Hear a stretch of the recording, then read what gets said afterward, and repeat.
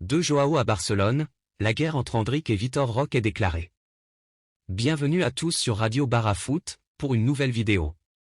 Avant de commencer, assurez-vous de vous abonner à notre chaîne pour ne rien manquer de l'actualité sportive et n'oubliez pas d'activer les notifications.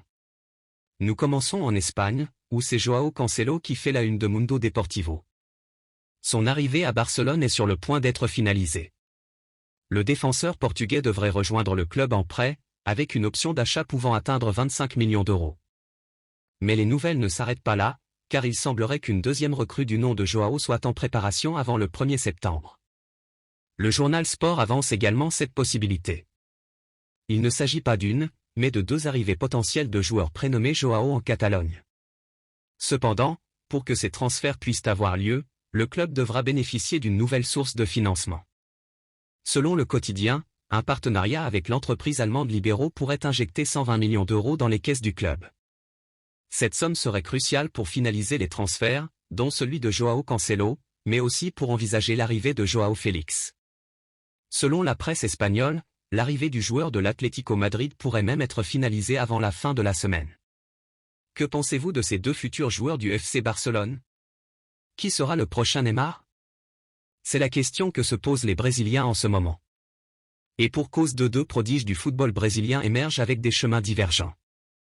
Le Brésil est reconnu pour sa capacité à produire des talents footballistiques à profusion, et actuellement, deux jeunes joueurs attirent particulièrement l'attention des observateurs en raison de leur précocité, Endrick, 17 ans, et Vitor Roque, 18 ans.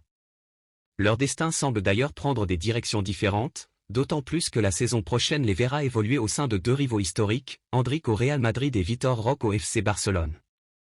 Cette situation promet une rivalité à distance entre ces deux jeunes qui sont destinés à devenir les porte-étendards de l'équipe nationale brésilienne pour la prochaine décennie et au-delà. Néanmoins, ces deux futurs coéquipiers en sélection et adversaires en club connaissent des fortunes bien différentes. Endrick traverse actuellement une période difficile du côté de Palmeiras.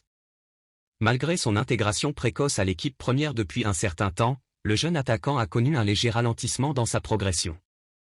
Au cours des dernières semaines, il n'a marqué qu'un seul but en 2 mois et a même perdu sa place dans l'équipe, n'étant pas aligné lors des 3 derniers matchs.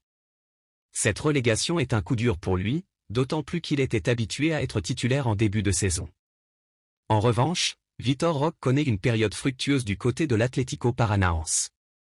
À 18 ans, l'attaquant enchaîne les bonnes performances et a récemment marqué un but contre Fluminense. Avec 3 buts en 4 matchs, il affiche des statistiques prometteuses en championnat, totalisant 10 buts et 3 passes décisives en 20 rencontres, ce qui fait de lui le deuxième meilleur buteur de la Ligue brésilienne. Tandis que le FC Barcelone se réjouit des performances de Vitor Roque, le Real Madrid pourrait s'inquiéter de la situation d'Endrick, avec l'espoir que le jeune joueur puisse rapidement retrouver sa forme et son rôle au sein de l'équipe. Alors qui sera parmi les deux la vraie star de l'équipe brésilienne et de leur futur club dans les années à venir? Endrick? Vitor? Ou les deux? Dites-nous ce que vous pensez dans les commentaires. Et voilà tout pour cette vidéo, n'hésitez pas à aimer et à vous abonner. Merci et à la prochaine.